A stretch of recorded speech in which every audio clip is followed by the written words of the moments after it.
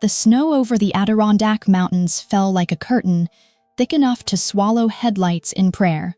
And somewhere beyond the last plowed mile, Marcus Vance lay buried alive with his wrists bound and his mouth taped shut. A 37-year-old Manhattan kingpin whose money could buy silence, but could not buy air. His lungs burning as the cold packed tighter around him with every shallow breath. Miles away on the ragged edge of Lake Placid, Clara Hayes was fighting a different kind of storm. A 27-year-old single mom counting crumpled bills on a dented kitchen table in a drafty trailer, listening for her 6-year-old daughter, Mia's sleep to hold while overdue notices and old bruises kept time in her head. She did not go into the woods for heroics. She went because her Neapolitan mastiff, Brutus, stopped walking like a pet and started pulling like a warning, leading her into a white silence where the wind sounded like it was hiding something. When Clara heard the faint tapping under the snow and saw a hand break through the ice crust, she should have run. But a mother who survived this long does not always get the luxury of fear.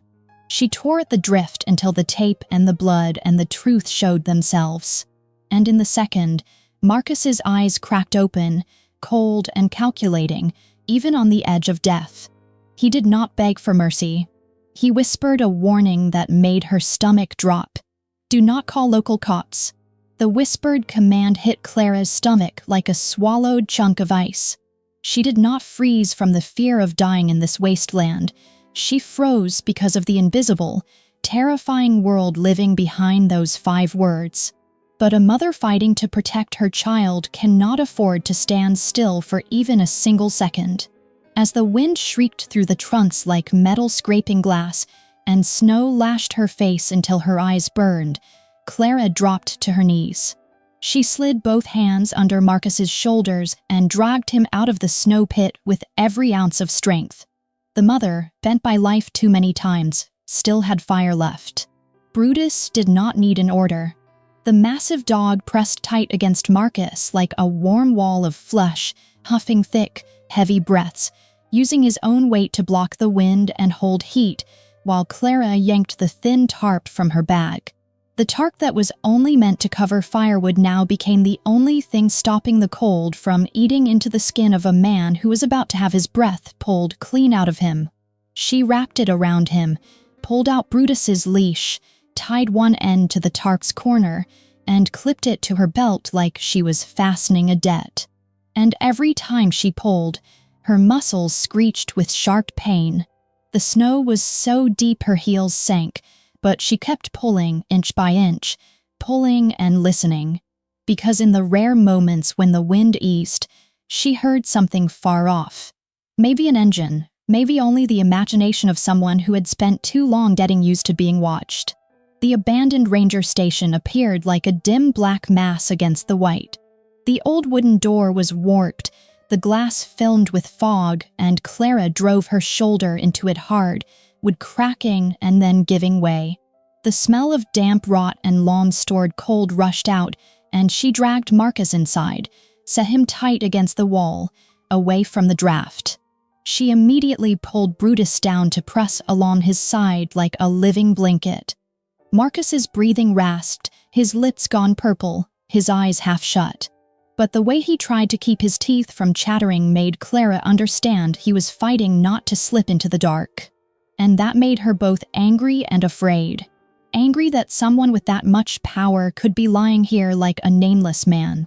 Afraid that if he died, she would carry that death for the rest of her life. And if he lived, she might have to pay for saving him. Clara dug through her coat, took out her phone, the screen showing 1 bar of signal, and then disappearing like a cruel joke.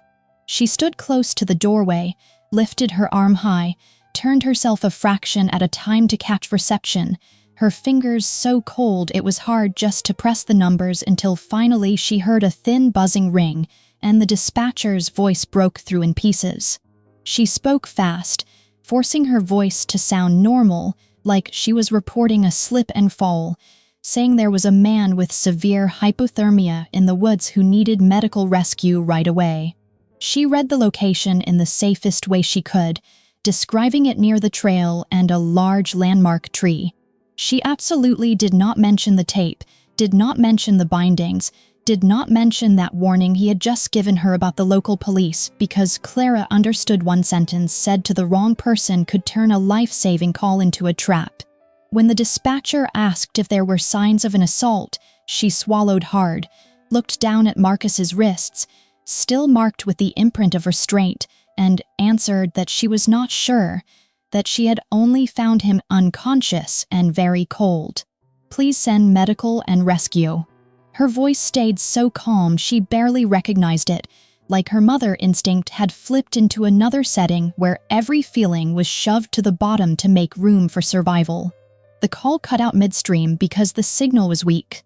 Clara froze for a beat, then went back to Marcus, pulled the tarp tighter, set her hand to his neck to feel a pulse as faint as thread, while Brutus lifted his head and looked at her, his eyes dark and heavy, as if he knew they had just stepped into a story with no way back.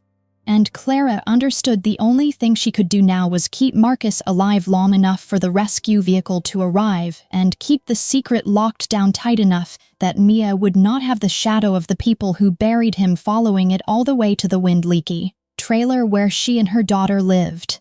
Inside the knife-cold ranger station, Clara understood that time was not something passing anymore. It was something draining out of Marcus's body drop by drop like blood. So she forced herself to do what she hated most, to stay calm like someone who was not allowed to panic. She pulled her coat collar tight, shoved extra dry fabric around Marcus's neck to cut the draft, then bent close to his face, not calling him by name because she was not permitted to know the truth yet, only speaking in short, clear sentences. Can you hear me? Look at me. You are inside. Do not sleep. You only have to answer with one word. And every time he rasped back a tiny hoarse sound, she clung to it like it was the last rope left. Clara did not have medical training, but she had taken Mia to the emergency room enough times to remember the terrifying signs. Purple lips, skin cold and damp, hands shaking out of control, and then suddenly going slack. So she set 2 fingers to Marcus's wrist, felt a pulse weak and slow, and watched his chest rise with a heavy struggle, as if each breath had to be dragged through a layer of ice. She told Brutus to press closer, not like a dog on guard, but like a living heater. Outside, snow still hammered the walls like hail, but in the brief pauses when the wind eased, Clara heard a distant, blurred echo of a siren, a very low wail that came and went, like salvation fighting through the blizzard. She turned back to Marcus just as his eyelids fluttered, his eyes opening to a thin slit, the look not hazy like a dying man's, but cold and focused enough to steal her breath, as if he could measure the distance between 2 of her heartbeats. Marcus lifted his hand very slowly, fingers stiff with cold but still reaching, and he pulled from inside his shirt a heavy signet ring, cold as metal just drawn from snow, and pushed it straight into Clara's palm. He whispered so close his breath touched her skin. "Call my attorney. Say the right passcode. Do not trust anyone here." His voice dropped, and then he tried to hold her face in his gaze for one more second, like he wanted to carve her into memory. Right after that, his body went fully soft, his head tipping to the side, his breathing thinning like a thread about to snap. Clara clenched the ring until it hurt, feeling the cold metal bite into her skin, understanding she had just been handed the key to a war she had not chosen. When the federal rescue team finally kicked open the old warped door, flashing lights swept across the snow, illuminating Clara and her dog standing over a ghost, silently marking the moment her poor, invisible life ended forever. The regional hospital in Lake Placid was bright white and cold in a completely different way. The smell of antiseptic mixed with the sound of rubber shoes running on polished floors. Marcus was pushed straight through the emergency doors, leaving Clara held back in the sterile hallway. She watched the doctors strip off the wet tarp and push warm fluids into his veins while the heart monitor climbed and dropped like a threatening pulse. Before she could even catch her breath, A county sheriff walked up and started asking questions. He asked her name and her address and why a young woman was wandering the deep woods in the middle of a blizzard. Clara answered short, keeping her voice flat and her hands hidden in her pockets so he would not see them shaking. She said she was walking her dog, and the dog pulled into the trees, and she found a freezing man and called for rescue. She said nothing about the tape or the bindings because Marcus's warning was still locked in her head like a heavy bolt. The sheriff stared at her torn coat and exhausted eyes longer than he needed to, but Clara just nodded and backed away toward the exit. She slipped out the sliding glass doors the second his back was turned, her heart pounding against her ribs because she knew she had to get back to Mia before the truth caught up with them. The drive back to the ragged edge of town felt like moving through a nightmare where the road kept stretching out. When Clara finally turned onto the dirt path leading to her drafty trailer, the air shifted and felt too heavy to breathe. Brutus let out a low, rumbling growl from the back seat, his massive head dropping low as the headlights swept across the snow. Two massive black vehicles sat idling right outside her front door, their engines humming a low thread in the freezing night. Men in dark, tailored coats stood in the shadows, their eyes scanning the tree line with the mechanical precision of trained hunters. Clara threw the car into park and reached for the door handle on pure maternal instinct, ready to run inside and grab her 6-year-old daughter. But before her boots could even hit the slush, a tall man with broad shoulders stepped directly into her path. He did not look like local police, and he did not look like a lost traveler. He introduced himself as Elias, his voice so calm it made the hairs on Clara's arms stand straight up. He said they were not there to hurt her, but he also did not step aside to let her pass. He looked straight at the flimsy door of her trailer and stated that Mia was inside and currently safe, but that safety was about to expire. Elias did not offer apologies or polite explanations. He laid out the brutal truth with the cold efficiency of a man who measured lives in risk percentages. He told Clara that the people who buried Marcus Vance worked for a rival named Silas Thorne, and those people did not leave loose ends breathing. Silas already knew the grave had been disturbed, and his hit squad was currently rolling into Lake Placid to erase the woman and the dog who ruined their perfect execution. Clara felt the blood drain from her face, her hands gripping the steering wheel so hard her knuckles turned white. She wanted to scream that this was her home, and she had nothing to do with their war. But Elias pointed to a fresh set of unfamiliar tire tracks stamped into the snow near her mailbox, a silent proof that the wolves were already circling her child. He told her she had exactly 5 minutes to pack a single bag for herself and Mia before they relocated them to a secure facility. Clara did not have the luxury of arguing with a ghost. She rushed into the trailer, scooped a terrified Mia into her arms, shoved medical records and a single stuffed animal into a duffel bag, and abandoned the only life she had ever owned. They rode deep into the Adirondack Mountains in a silence so thick it felt like drowning. The black vehicle turned onto a private road and slipped through heavy iron gates that opened without a sound. The safe house was a massive structure of dark wood and cold stone, tucked behind ancient pines and rigged with enough security to survive a siege. Cameras blinked red from every corner like sleepless eyes, and guards in tactical gear paced the perimeter with quiet, lethal grace. When Clara stepped inside, the warm air smelled faintly of leather and expensive wood, but the luxury only made her feel completely trapped. She looked around the cavernous living room, seeing the keypad locks and the reinforced glass, realizing this was a place built for observation rather than comfort. Mia clung tightly to Clara's leg, her small eyes wide with confusion, while Brutus sat heavy and alert by the reinforced door. Elias handed Clara a burner phone and a strict list of rules about where she could walk and who she could not call.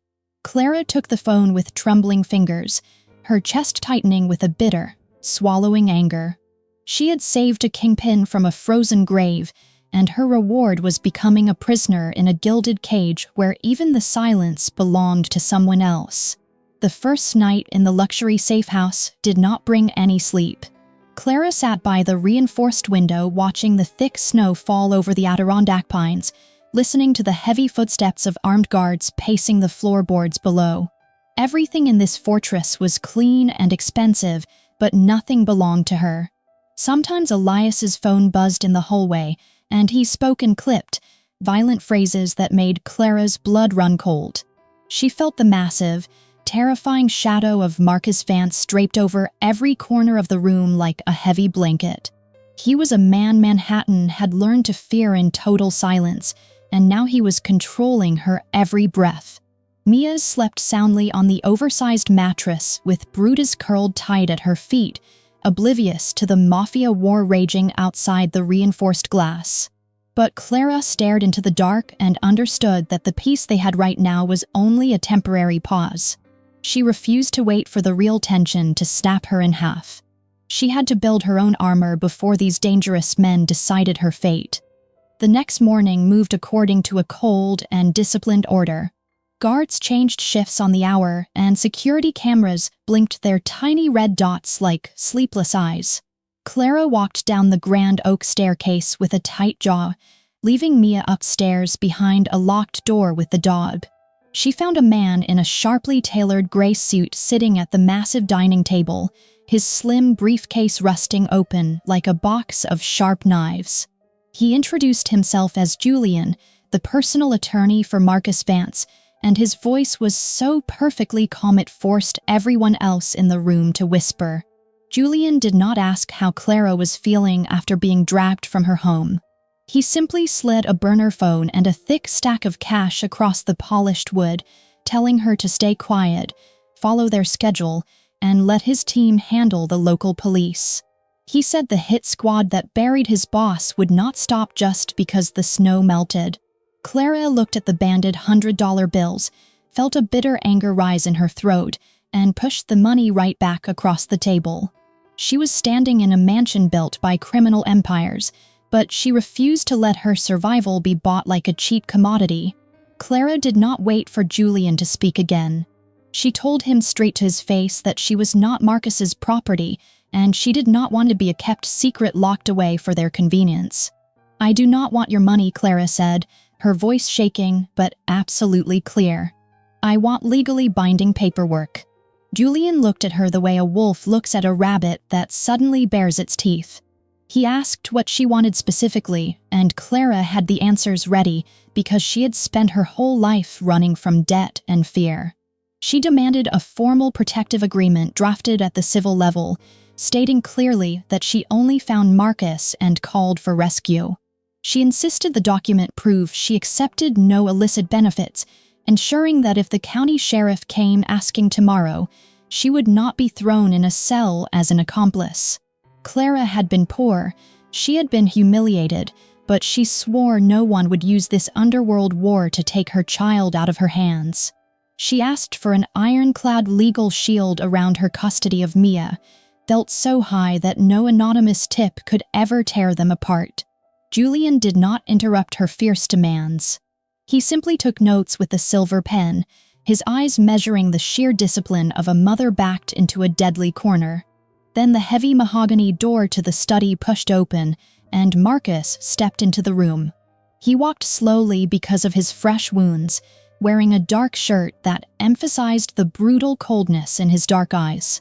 He stayed at the edge of the room, keeping his distance, listening as Clara demanded the hardest thing of all. "If you want my silence, I need the legal right to walk away whenever I choose," Clara demanded, looking directly into the eyes of the Kingpin. It was an exit route backed by state law instead of a fragile promise made by a killer. Marcus's jaw tightened, not with anger, but with a strange feeling of being pulled into a bargain he could not fully control. He was used to handing desperate people cash in exchange for their absolute loyalty. But Clara refused the easy path and demanded genuine freedom. Marcus looked at her trembling hands, remembered how those bare hands had dug him out of the ice, and gave Julian a single, silent nod. For the first time in his ruthless life, the monster of Manhattan felt a profound, aching respect for a woman who used the law to draw a line he was not allowed to cross. The heavy legal documents sat on the mahogany desk like a shield of paper. Clara finally exhaled a breath she felt she had been holding since she dragged a dying man out of the snow. But the underworld did not fight fair, and Silas Thorne was not a man who accepted defeat simply because a door was locked. He could not send hitmen through the iron gates of the Adirondack safehouse, so he decided to send a ghost from Clara's past instead. Her burner phone vibrated on the kitchen counter just as she was pouring Mia a glass of milk. The screen flashed an unknown number, and every instinct told her to let it ring. But she answered it because mothers running from their pasts always fear what silence hides. The voice on the other end slid into her ear like the smell of stale beer and old violence. It was Trent, the ex-husband she had spent 3 agonizing years hiding from. He did not ask how she was doing, and he did not pretend to care about his daughter. He laughed a dry, scraping laugh and told her he knew exactly what kind of monster she was hiding with. Clara gripped the edge of the marble counter until her fingers ached. Trent's voice dripped with a sick kind of confidence she had never heard from him before. He bragged that some very wealthy friends from Manhattan had reached out to him with a highly lucrative proposition. Silas Thorne had offered him a massive bounty of $60,000 just to make a few phone calls and sign some carefully fabricated affidavits. Trent laid out the brutal plan with gleeful precision, explaining exactly how he was going to weaponize child protective services against her by morning. He claimed he had doctored photos, paid witnesses, and a perfectly crafted narrative painting Clara as an unstable mother dragging her innocent child into a deadly criminal syndicate. The system was historically designed to crush poor people without asking questions, and Trent knew exactly how to pull those bureaucratic levers. He told her she had 48 hours to walk out of that safe house and hand Mia over to him. If she refused, he promised the state would kick down the door and rip the little girl from her arms legally. The Colt is connected with a sharp click, leaving Clara standing in the massive, silent kitchen with absolute ice in her veins. She looked across the room where Mia was coloring happily on the expensive rug, completely unaware that her own father had just sold her safety for $60,000. Clara had fought through a blinding blizzard, dragged a Mafia Kingpin from a frozen grave, and faced down a room full of armed guards without breaking. But this invisible threat struck at the very foundation of her soul and paralyzed her lungs. Silas Thorne understood that bullets could miss, but a mother's terror was a weapon that never failed to hit its mark. He was using the clean machinery of the law to achieve what his hitman could not do in the snow. If Child Protective Services opened an investigation, the state would not see a fiercely protective mother. They would see a runaway woman with a violent past hiding in a known kingpin's fortress. The phantom threat of losing her daughter to the system settled over Clara like a suffocating shroud, turning her newly signed legal boundaries into a fragile illusion. Clara did not collapse onto the expensive rug. She did not cry. For 3 years she had run from Trent, letting fear dictate every choice she made for her daughter. But standing in a kingpin's fortress, she realized that running only delayed the inevitable. She walked straight into the mahogany study where Julian was organizing files and placed her burner phone flat on the polished wood. She recited the exact words Trent had spoken, her voice devoid of panic, replacing terror with cold calculation. Julian looked up, his silver pen pausing, expecting her to beg for a squad of Marcus's men to make the problem disappear. Instead, Clara asked for recording devices and a legal strategy to turn Trent's greed into a weapon against him. She was done being the hunted victim in this twisted game. If Trent wanted to use the law to steal her child, she would use the law to crush him first. Julian moved with the ruthless efficiency of a corporate shark smelling blood in the water. Within an hour, high-definition cameras were installed around the perimeter of the safe house, legally positioned to capture anyone approaching the iron gates.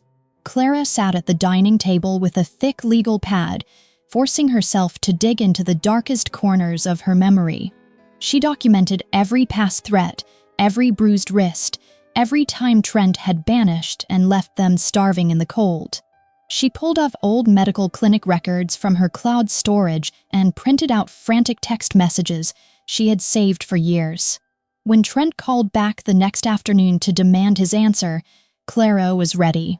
She pressed record on her phone and kept her voice deliberately soft and trembling, feeding his massive ego. She let him boast again about Silas Thorne and the $60,000, capturing his explicit extortion on a crystal-clear audio file. Trent was too arrogant to realize he was walking into a meticulously laid trap. He drove up to the Adirondack gates that evening, leaning on his horn and shouting threats into the intercom, unaware that every slur was being recorded in high definition. Julian did not send guards to break his jaw. He let Trent rage for exactly 10 minutes before filing an emergency injunction directly with a trusted state judge. The legal petition was a masterpiece of distraction, combining Clara's documented medical history with the fresh audio extortion and the live security footage. It proved beyond a shadow of a doubt that Trent was a violent opportunist acting as a paid proxy for a known criminal syndicate. By sunrise, a devastating, ironclad restraining order was signed and sealed by the court. It completely stripped Trent of any parental rights and flagged any future Child Protective Services report from him as malicious retaliation. Marcus watched the entire legal slaughter unfold from the shadows of the grand staircase. He had spent his entire life solving problems with bullets and buried bodies, believing that violence was the only true currency of power. But as he watched Clara organize her trauma into a fortress of paper armor, something shifted deep inside his chest. She had completely neutralized a $60,000 bounty and a rival boss's scheme without spilling a single drop of blood. When Julian handed Clara the finalized court documents, her hands finally stopped shaking. She held the thick stack of paper to her chest like a shield, her eyes blazing with a fierce, untouchable maternal strength. Marcus stepped out of the shadows and looked at the impoverished single mother who had just outmaneuvered a street proxy. He realized then that Clara did not need his criminal protection to survive. She only needed a fair fight, and that realization made him want to burn the rest of the world down just to give her a safe place to stand. Marcus Vance built his entire Manhattan empire on the absolute certainty of violence. If a man crossed him, that man bled, and if a rival tried to bury him, that rival was buried twice as deep. But standing in the shadowed hallway of the Adirondack safe house, he watched Clara Hayes carefully file away the court documents that had saved her daughter. She had not fired a single bullet or broken a single bone. She had simply used the cold, grinding machinery of the law to crush a $60,000 bounty and humiliate Silas Thorne. For the first time in his 37 years, Marcus felt a strange, chilling restraint settle over his brutal instincts. He looked at his scarred hands and realized that a bloody street war would only pull the federal spotlight directly onto the woman who had dragged him out of the snow. A shootout in the streets of New York would validate Silas's chaos and put Mia directly in the crossfire. Marcus decided right then that he would not give his enemy the satisfaction of a noisy retaliation. He would fight this war the way Clara fought hers, using structure and discipline to choke the life out of his rival. He walked into the mahogany study and summoned Julian and his top enforcers. The men arrived expecting orders to load weapons and burn Silas's territories to the ground. Instead, Marcus sat behind the massive desk and demanded every financial ledger, every shipping manifest, and every shell company tied to the Thorne Syndicate. He spoke in a low, terrifyingly calm voice, ordering his lieutenants to put away their guns and pick up their phones. Marcus knew that Silas funded his hit squads through a complex network of offshore accounts and corrupt port authorities. If you wanted to kill a snake without getting bit, you simply starved it until it could no longer strike. He commanded his team to sever Silas's supply lines, systematically intercepting his shipments and freezing his phantom bank accounts. Julian was instructed to quietly leak a trail of doctored tax documents to federal auditors, painting a massive target on Silas's legitimate front businesses. The Manhattan underworld braced for a deafening war, but Marcus delivered a completely silent slaughter. The financial sabotage moved with the invisible, deadly precision of a spreading poison. Within 3 days, Silas's most profitable shell companies were locked down by sudden, aggressive audits. Supply trucks carrying millions of dollars in untraceable goods were mysteriously rerouted into federal inspection zones. Marcus sat in the mountain safe house, his fresh wounds slowly healing, while he watched Silas bleed power from 300 miles away. He choked the cash flow so completely that Silas could no longer pay his street soldiers or bribe his political contacts. Panic began to ripple through the Thorn Syndicate as allies realized their money was vanishing into thin air. Marcus did not brag or send theatrical warnings. He simply let the absolute silence of missing money do the screaming for him. Down the hall, Clara played board games with Mia, completely shielded from the ruthless corporate execution happening behind the study doors. Marcus had successfully separated the violence of his past from the fragile peace of the present, choosing to be a ghost in the system rather than a monster in the streets. But stripping a desperate rival of his power only guaranteed that the final cornered strike would be utterly merciless. The blizzard came back to the Adirondack Mountains with a vengeance that made the heavy timber of the safe house groan. It was the kind of storm that erased the sky and turned the surrounding pine forest into a blinding white wall. Clara sat in the warm glow of the living room, reading a bedtime story to Mia while Brutus slept heavily on the rug. The legal victories of the past week had built a fragile illusion of safety in her mind, and she finally believed the nightmare was ending. She listened to the wind howling against the reinforced glass and felt grateful for the armed guards pacing the perimeter. Marcus was working in the study down the hall, his quiet presence acting like a gravitational pull that kept her grounded. But men like Silas Thorne did not accept defeat gracefully, and a starving animal was always the most dangerous thing in the woods. While Clara read about fairy tale princesses, an elite tactical team of 10 mercenaries was already sliding through the freezing whiteout outside. The shift happened in a single, terrifying heartbeat. The power grid did not just fail, it was violently severed, plunging the massive estate into absolute, suffocating darkness. The hum of the central heating died instantly, and the sudden silence inside the house was louder than the storm outside. Brutus snapped awake with a guttural growl that vibrated through the floorboards, his massive head swiveling toward the reinforced front doors. Clara dropped the book and pulled Mia tight against her chest, her instincts screaming that this was not a simple weather outage. She reached for her burner phone, but the screen showed a dead signal, proving the intruders had brought military-grade jammers to blind them. Outside, the security lights that usually bathed the snow in bright white were completely dead. The tactical team moved with lethal efficiency, neutralizing Marcus's perimeter guards with silenced weapons and heavy combat blades before any alarm could be raised. Footsteps echoed on the back porch, not the heavy boots of Marcus's men, but the calculated, synchronized tread of professional killers. Clara scooped Mia into her arms and scrambled toward the oak staircase, whispering frantically for the little girl to stay absolutely quiet. But the reinforced glass of the patio doors shattered inward with a deafening crash, blowing a wall of freezing wind and snow directly into the living room. Shadows poured through the broken frame like smoke, moving fast and sweeping the room with the red laser sights of suppressed automatic rifles. Brutus lunged forward with a terrifying roar, his 150 pounds of muscle launching at the first intruder.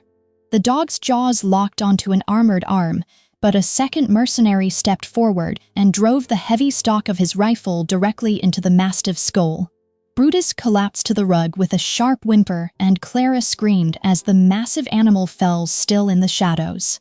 Clara backed away toward the hallway, shielding her crying daughter with her own body, but there were simply too many of them. Heavy hands grabbed her shoulders and slammed her brutally against the cold stone wall, knocking the breath completely out of her lungs. Another mercenary snatched Mia from her arms, ignoring the little girl's terrified shrieks as she kicked and fought. Clara fought back with the desperate, violent fury of a mother cornered in a cage, scratching and tearing at the tactical gear of her attackers. She managed to draw blood from one man's face, but a heavy fist collided with her temple, sending a flash of blinding white pain through her skull. Her knees buckled, and strong arms dragged her upward, binding her wrists tightly behind her back with thick zip ties. She could hear Marcus shouting from the other wing of the house, followed by the rapid, suppressed pops of gunfire echoing down the corridor. The mercenaries did not stay to fight the Kingpin because their orders were specific, and they had exactly what Silas Thorne wanted. A rough hand clamped a rag over Clara's mouth, the sickeningly sweet smell of chemicals instantly burning her nose and throat. She thrashed wildly, trying to call out to Mia, but the little girl's cries were already fading as she was carried out into the roaring blizzard. The men dragged Clara through the shattered patio doors, throwing her directly into the freezing, waist-deep snow. The cold hit her like a physical blow, instantly soaking through her clothes and numbing her battered face. She was shoved violently into the back of a waiting armored vehicle, landing hard against the steel floorboards right next to her sobbing daughter. The doors slammed shut, sealing them in the dark, and the vehicle tore away into the blinding white night, leaving the shattered safe house and a bleeding Kingpin far behind. The chemical fog in Clara's head began to clear, replaced by the biting, absolute cold of the armored vehicle's steel floor. She heard Mia's muffled sobs over the roar of the heavy tires grinding through the snow. Her wrists ached against the thick plastic ties binding them behind her back. Clara dragged herself upward, inch by agonizing inch, until her shoulder touched her daughter's trembling body. She whispered in a raw, raspy voice, telling the 6-year-old girl to close her eyes and pretend it was only a bad dream. But the men sitting across from them in the darkness did not look like a dream. They looked like the grim reapers of a Manhattan underworld that had finally come to collect its debt. The vehicle lurched violently as it left the paved roads, chewing through unplowed trails and heading deep into the blinding white heart of the Adirondack Mountains. Clara recognized the sickening drop of the terrain and the specific howl of the wind tearing through the ancient pines. They were taking her back to the exact place where this nightmare began. The heavy engine cut off, leaving only the shrieking wind to fill the sudden silence. The rear doors swung open, and the freezing blizzard violently slapped Clara across the face, stealing the air right out of her lungs. Rough hands grabbed her bound arms and dragged her out of the vehicle, throwing her down into snow that reached past her knees. Another mercenary carried Mia out, keeping a massive, gloved hand tightly over the little girl's mouth to muffle her terrified screams. Clara fought to stand, her boots slipping on the hidden ice, her eyes frantically sweeping the chaotic whiteout. Through the swirling snow, she saw the warped, ruined door of the abandoned ranger station standing like a gravestone in the dark. It was the exact same snow pit where Marcus Vance was supposed to rot. Silas Thorne did not just want to kill his rival. He wanted to turn his victory into a theatrical, humiliating ritual of absolute power. A tall figure stepped out from the shadow of the pines, wrapped in a long black cashmere coat that looked entirely out of place in the brutal wilderness. Silas Thorne walked with the arrogant, unhurried grace of a man who believed he had already won the war. His face was sharp and pale, his eyes completely devoid of the chaotic desperation that his collapsing financial empire should have caused. He stopped just a few feet away from Clara, looking down at her battered face and her freezing, shivering body with a cold, clinical curiosity. Silas told her that he was actually impressed by the impoverished single mother who managed to cost him millions of dollars in a single week. He admitted that Marcus fought a brilliant financial war, starving his syndicates and freezing his port authorities. But Silas smiled a thin, reptilian smile and said that paperwork could never stop a bullet in the middle of the woods. He gestured toward the deep depression in the snow where Marcus had been buried alive, announcing that the Kingpin was going to kneel right there and beg for the lives of a waitress and her child. One of the armed mercenaries stepped forward holding a satellite phone, its thick antenna piercing the heavy interference of the storm. Silas ordered the man to dial the private, encrypted number of Julian, Marcus's attorney, knowing the call would be instantly traced and tracked. When the line connected, Silas did not shout or make frantic demands. He spoke in a soft, mocking tone, giving the precise global positioning coordinates of the abandoned ranger station. He told the voice on the other end that Marcus had exactly 1 hour to arrive completely alone and unarmed. If Marcus brought a squad, or if he missed the deadline by a single minute, Clara and her daughter would be buried under the snow just like he was. Silas tossed the satellite phone directly into the freezing drift, cutting the connection with a chilling finality. He turned back to Clara, his dark eyes glittering with a twisted, triumphant anticipation. He wanted Marcus to experience the ultimate humiliation of surrendering his empire and his life just to save the one vulnerability he never should have allowed himself to care about. The minutes began to bleed together as the blizzard howled with a deafening, relentless fury. Clara dropped to her knees in the deep snow, ignoring the agonizing cold seeping through her torn clothes, and leaned her body over Mia to act as a human shield against the biting wind. The mercenary holding her daughter finally let go, allowing the little girl to press her face against Clara's chest and sob uncontrollably. Clara rested her chin on Mia's head, whispering a constant, steady stream of quiet promises she prayed she could keep.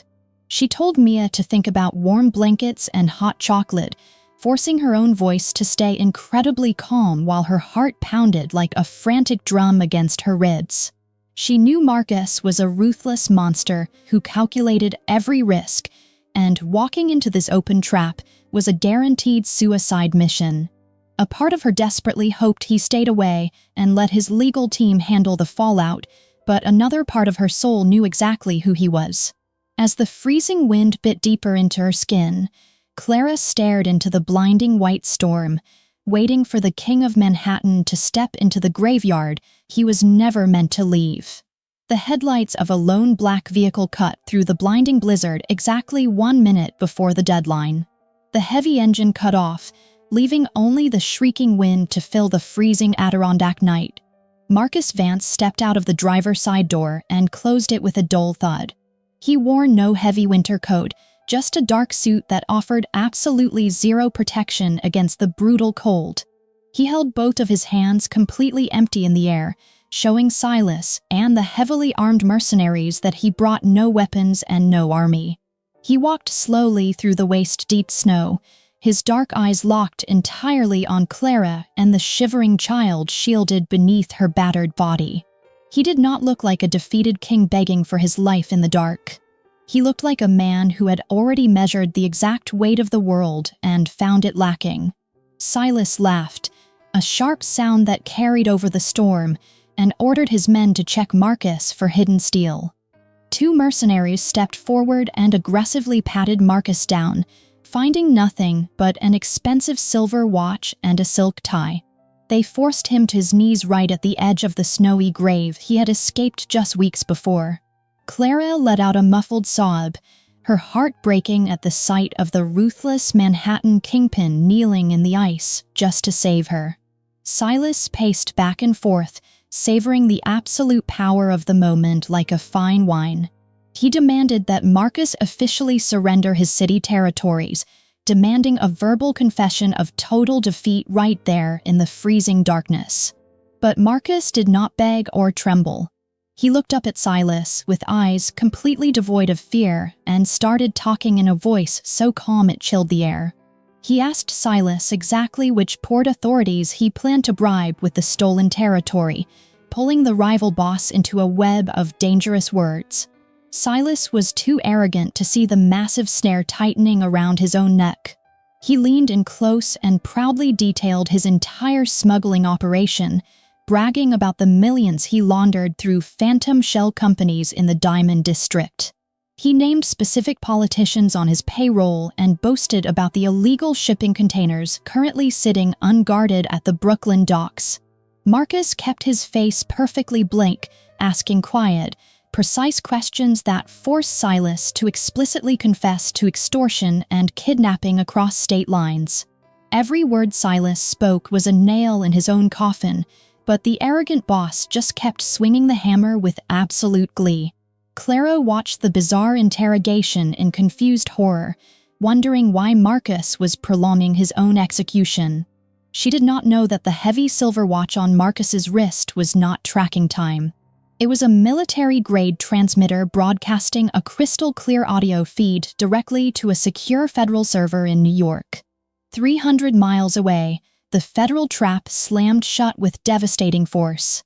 Julian stood in a heavily armored command center, nodding as Silas's recorded confession filled the brightly lit room.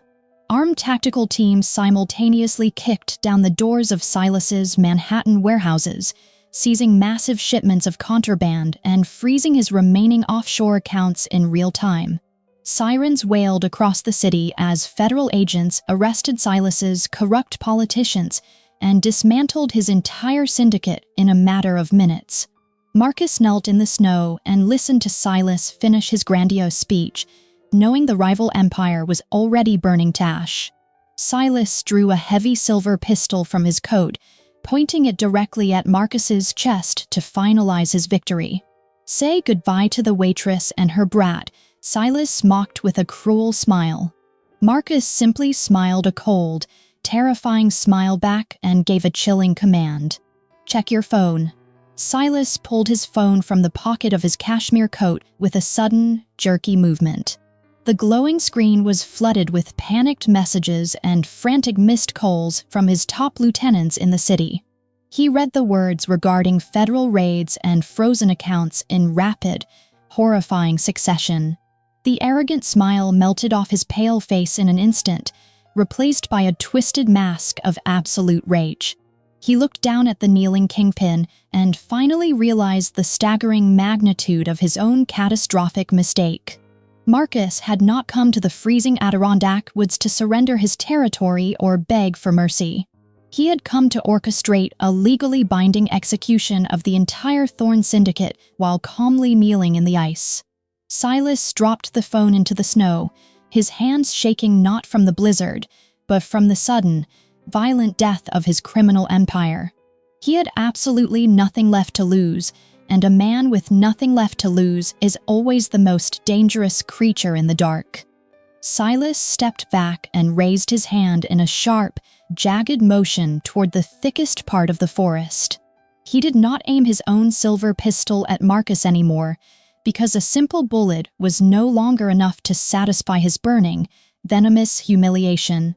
He wanted to completely destroy the only thing Marcus had ever risked his life to protect. High above in the frozen tree line, a hidden sniper shifted position, and a faint red dot danced frantically through the falling snow. Clara saw the tiny beam of laser light settle directly onto Mia's trembling chest, and her entire world suddenly slowed down to a sickening crawl. She tried to scream and throw her own body over her crying child, but her wrists were still bound tightly behind her back. She could only watch in absolute, paralyzing horror as the red laser locked firmly into place. But Marcus was already moving with explosive, terrifying speed before the sniper could even pull the trigger. Marcus lunged forward, kicking off the packed ice with the raw power of a desperate animal. He did not charge toward Silas to exact revenge, and he did not dive for the safety of the heavy trees. He threw his entire body directly into the path of the sniper's laser, turning his broad shoulders into a massive, living shield. The high-caliber rifle cracked through the howling storm with a deafening roar that shook the frozen ground. The heavy bullet struck Marcus squarely in the back, the brutal impact lifting him completely off his feet for a fraction of a second. He crashed into the snow right on top of Clara and Mia, knocking the breath out of them, but keeping them completely covered and safe. Blood immediately blossomed across the torn fabric of his dark suit, staining the pristine white snow with a stark, terrifying red. Clara screamed his name, the sound tearing her throat raw, while the sudden, rhythmic chopping of heavy helicopters finally cut through the clouds above. The blinding spotlights of the federal choppers swept across the clearing, turning the dark forest into a chaotic theater of flashing red and blue. The remaining mercenaries dropped their weapons and scattered blindly into the pines, realizing they were completely surrounded by heavily armed agents dropping from the sky. Silas tried to run, but a dozen laser sights instantly pinned him to the snow, forcing the broken boss to drop to his knees in total, humiliating defeat. But Clara did not look at the descending helicopters or the falling rival empire. She only looked at the heavy man bleeding out rapidly over her daughter. Marcus was completely still, his breathing reduced to a shallow, wet rattle that terrified her far more than the gunfire. Federal medics rushed toward them with heavy medical bags and shouting voices, but Clara refused to look away from his pale face. She realized with absolute, crushing clarity that the ruthless Manhattan Kingpin had just paid for her child's life with his own. The federal helicopters rushed them out of the blinding Adirondack blizzard and dropped them directly into the blinding white lights of a secure trauma center. The smell of antiseptic hit Clara like a physical blow, mixing violently with the metallic scent of Marcus's blood that still soaked her torn clothes. Doctors and federal medics rushed the gurney straight through the swinging emergency doors, shouting medical terms that sounded like a foreign language of life and death. Clara stood frozen in the sterile hallway, her arms wrapped tightly around a shivering Mia. Her hands were trembling so violently she could barely hold her daughter, but she refused to look away from the frosted glass doors that had just swallowed the Kingpin. She remembered digging him out of a freezing grave with her bare hands, and now she was standing in another blinding white room waiting to see if he would survive a second time. The irony choked her, but the terror choking her was completely new. This was not the fear of a hunted victim anymore. It was the absolute, crushing terror of a woman realizing she might lose the only man who had ever truly made her safe. Julian arrived 30 minutes later, his tailored suit completely dry, but his eyes pulled tight as a wire. The cutthroat attorney did not ask about the federal raids or the collapse of Silas Thorne's empire. He walked straight up to Clara and asked if she and the little girl were hurt, his voice completely stripped of its usual corporate chill. Clara shook her head, her throat too dry and raw to form actual words, and pointed a trembling finger toward the surgical wing. Julian nodded and sat down heavily on the plastic waiting room chair, running a hand over his face like a man who was holding the entire Manhattan underworld together by a single thread. He told Clara that the bullet had missed Marcus's spine, but struck dangerously close to his heart, tearing through arteries that required immediate, catastrophic repair. The surgery would take hours, and every passing minute drained a little more air out of the sterile room. Clara sank into the chair next to him, pulling Mia onto her lap, burying her face in the little girl's hair to hide her silent, racking sobs. She had spent 3 years running from violent men, and now she was crying over a man who ruled a city through fear. The emergency room doors kept swinging open and shut, footsteps pounding, voices calling out codes that made Clara's stomach twist into painful knots. She closed her eyes and saw the red laser dot dancing across Mia's chest, followed instantly by the massive weight of Marcus's body shielding them from the darkness. He did not hesitate. He did not calculate the risk. He simply threw his life away to buy breath for a child that was not even his own. Clara realized then that she had crossed an invisible, irreversible boundary in the freezing snow. She did not just respect his legal boundaries or his quiet discipline anymore. She loved him. She loved the monster of Manhattan with a fierce, desperate ache that terrified her more than Silas Thorne ever could. It was not a fairy tale kind of love built on soft words and easy promises. It was a dark, heavy, blood-stained love forged in a blizzard and paid for with a bullet. She clenched her hands into fists, staring at the surgical doors, silently demanding that the man who defeated a rival empire not be defeated by a single piece of lead. Hours stretched into an agonizing eternity, the hospital settling into a quiet, haunted stillness as dawn finally began to break outside the frosted windows. Suddenly, a harsh, slicing alarm shrieked from deep inside the operating theater, shattering the fragile silence.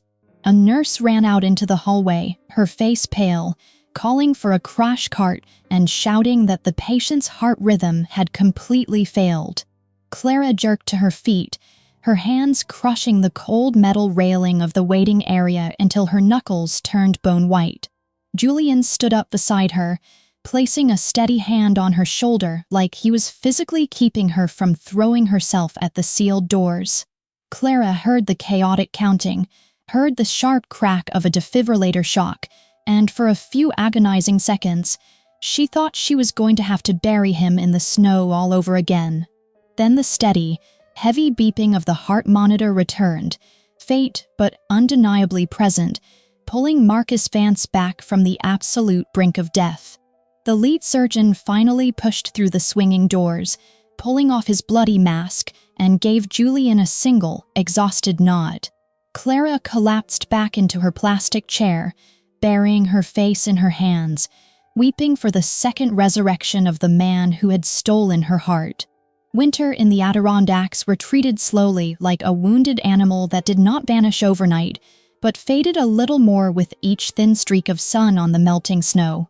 Marcus Vance recovered the way a man used to absolute pain recovers. He did not turn his heavily guarded hospital room into a theatrical stage, and he did not use his near-death experience to force Clara into staying. Instead, when the lead surgeon finally allowed him to sit up in the sterile bed, he called Julian into the room and set a heavy, leather-bound portfolio directly in front of Clara. Inside the thick folder was a masterclass in legal extraction containing untraceable trust funds in Mia's name, a clean deed to a secure house in a quiet state, and ironclad custody documents that permanently erased Trent from existence. Marcus looked at her with dark, exhausted eyes and said she was completely free to walk away. He told her he did not want her to stay out of a twisted sense of debt or fear, and he refused to trap her inside a world where she had to constantly look over her shoulder. He had paid for her survival with his own blood, and now he wanted her to take the money and finally live the quiet, invisible life she had always been fighting for. Clara stared at the heavy portfolio, her hands trembling as she touched the crisp white paper that represented absolute, unquestionable freedom. For 3 agonizing years, she had counted crumpled bills on dented tables and begged the universe for just a fraction of this miraculous safety. But as she looked from the millions of dollars back to the pale, heavily bandaged Kingpin, she realized that true safety was not a house hidden in the quiet suburbs. She pushed the heavy leather portfolio right back across the sterile hospital table and told him she was not running away anymore. Clara looked straight into the eyes of the ruthless monster of Manhattan and said she chose to stay, not for his staggering wealth, but because he had willingly taken a sniper's bullet to shield a child that was not his. She chose him because he had completely changed the violent roles of his own empire, choosing to fight with clean paperwork instead of bloody street wars just to keep her daughter's innocence intact. Marcus stared at her in stunned, breathless silence, his jaw tightening as he reached out to grip her hand with a fierce, trembling strength. He pulled her close, burying his face against her shoulder, finally realizing that a man who lived his entire life in the dark had somehow earned the right to be loved in the light. Mia slowly returned to the joyful rhythm of being a 6-year-old child, learning to sleep through the night again without flinching at the terrifying sound of the howling wind. Every morning she tied her hair in the mirror and went to school with a massive, recovering Brutus limping faithfully to the door, the brave mastiff acting like a living lock while Clara stood in the kitchen making breakfast. Marcus did not try to win the little girl over with expensive gifts or overwhelming spectacle, but simply showed up at the exact right moments, keeping his deep voice low and offering a steady, unwavering protective presence. When Mia finally handed him a messy crayon drawing of a giant dog and a tall man standing bravely under the falling snow, Marcus held the fragile paper for a very long time, as if he were frantically learning how to value something that could never be bought with blood money. The lesson of this story can be simple and still brutally hard, proving that courage is not always found in loud, violent gestures. Sometimes real courage is a desperate mother staying perfectly calm in a blinding blizzard, learning to use the cold law as an ironclad armor, and choosing a dark love built on absolute sacrifice instead of an empty, beautiful promise.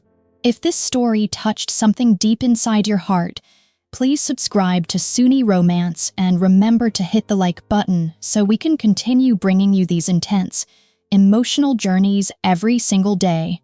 How do you feel about Clara and Marcus's terrifying, beautiful journey, and can you connect anything in their fierce struggle to your own real life? Leave a comment below so we can hear exactly what is in your heart, and we will see you again in the very next video.